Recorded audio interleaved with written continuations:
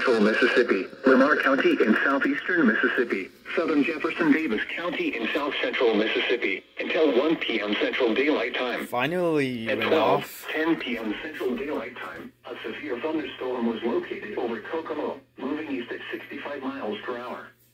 Hazard, 60 miles per hour wind gusts and penny-size hail. Source, radar indicated.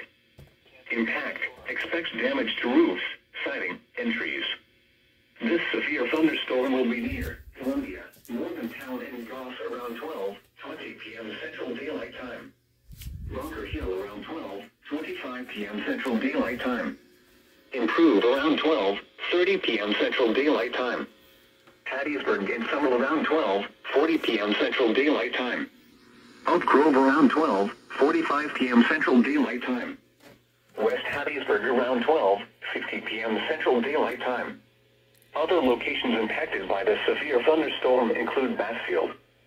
For your protection, move to an interior room on the lowest floor of a building. Damaging winds and continuous cloud-to-ground lightning is occurring with this storm. Move indoors immediately. Lightning is one of nature's leading killers. Remember, if you can hear thunder, you are close enough to be struck by lightning.